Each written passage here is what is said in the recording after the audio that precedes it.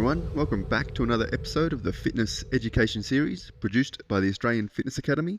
It's like progressive overload for your brain. I'm your host, Tom Rock, and in today's episode I want to talk about overtraining.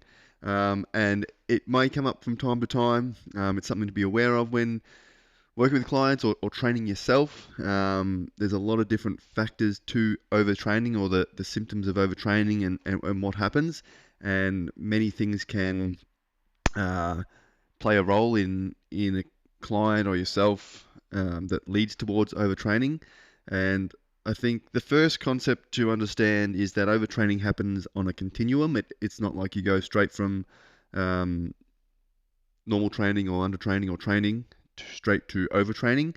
There is sort of stages that we talk about or they talk about in the literature, which is sort of like training. You have functional overreaching, which allows you to supercompensate, and when we recover, we supercompensate and performance improves, and then we go again, we train again, and that allows us to supercompensate and continually improve our performance or our strength or whatever it is.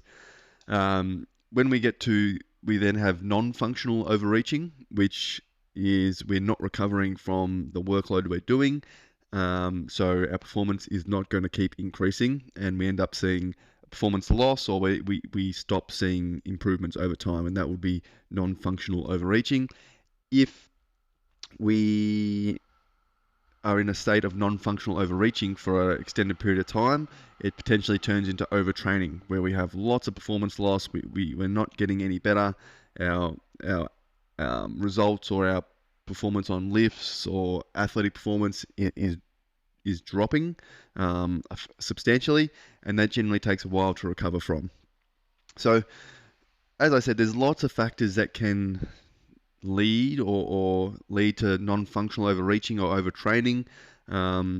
Generally, it's talked about in terms of elite athletes as they're doing heavy training schedules, training 1 to 2 times a day, multiple days per week.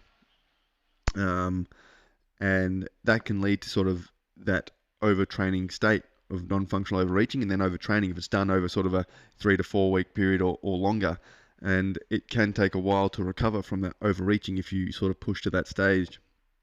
So I think it's important to understand that it's not only training load and our training that can push us into overreaching, especially if we're not an elite athlete. Other things come into the play, such as recovery, and recovery is obviously very important. So it can be how much we're eating. Are we eating good fuel sources for training, as well as protein for recovery? Are we getting all the relevant nutrients in to help our body recover between sessions? Are we allowing enough time between sessions to recover? Are we getting enough sleep to recover? All these things come into play, as well as stress. So stress is going to make or play a big role in ability to relax and promote recovery for our body. So all these little things add up and can potentially increase susceptibility to overtraining. So I think it's an important topic to cover. It's generally not something you'll see a lot in general population, but if someone sort of steps up their training volume quite substantially, it can happen, and it may be important to consider the signs of overtraining or overreaching, so you can sort of take a break and rest before you get to that sort of detrimental overtraining state. So anything like persistent fatigue is sometimes a sign of overtraining or overreaching. Unstable mood, you sort of don't find as much joy. Things like that have been shown in the overreaching, overtraining syndrome. Sleep problems or having trouble sleeping is another sign that you're sort of overreaching or overtraining potentially, or getting to that stage. And these days with the wearable tech and things like that, resting heart rate may increase.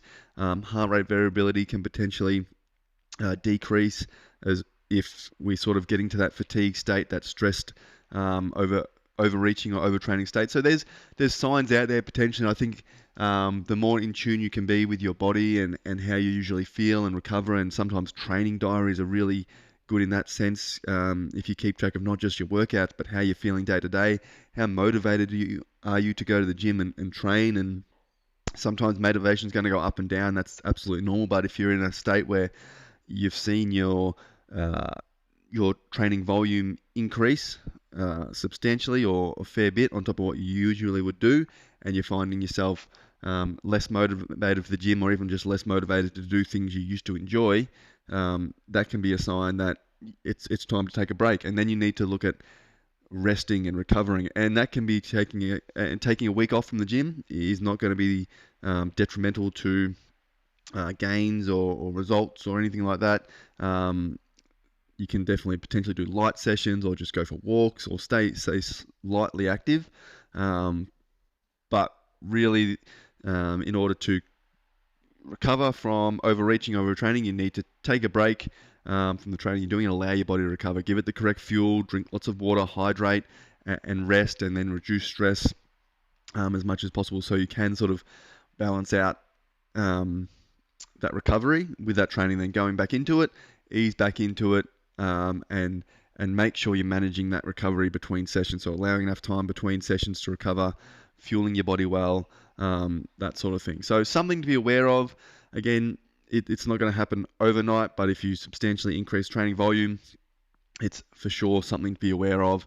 And then if you do find you have signs of overtraining or non-functional overreaching, be prepared to sort of take a step back, revise what you're doing, and look to implement some really good recovery for a week or 2 or 3 weeks even, until you find yourself feeling in a better state. And that's where, as I said, a training diary may be really useful to sort of keep track of how you're feeling and your motivation levels, and you can look back at training volumes and things like that as well, so you can sort of really have a good detail of what you've done and what's happened, how it's feeling, and then so you can potentially avoid that situation in future, or make sure you monitor it next time and allow enough recovery.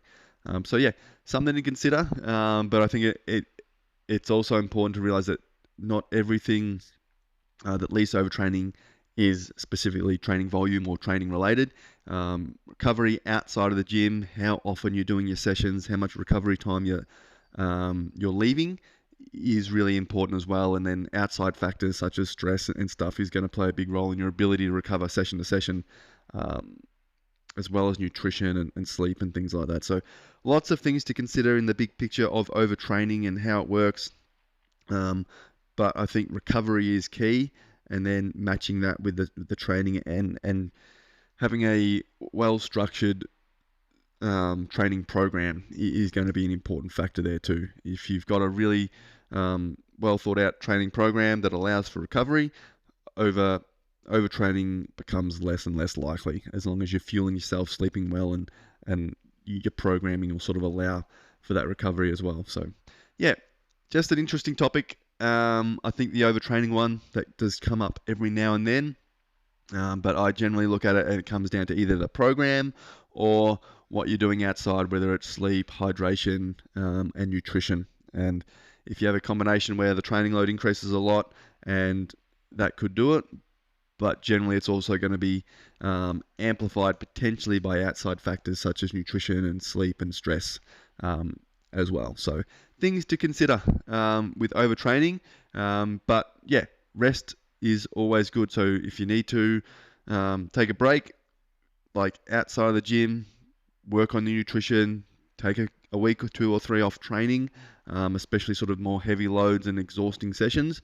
Keep everything quite light, and then get back into it once you're sort of feeling more yourself, or you're sort of motivated to get back and train, and then slowly increase, and you'll see those performance gains again for sure. But if you've got any questions on that, guys, send an email to tom@afa.com.au. If you have any thoughts, if you've got any other questions or topics you'd like me to cover, send me an email as well. Definitely happy to cover off on anything you guys would like to hear me discuss. Other than that, guys, have a great weekend, and I will talk to you all soon.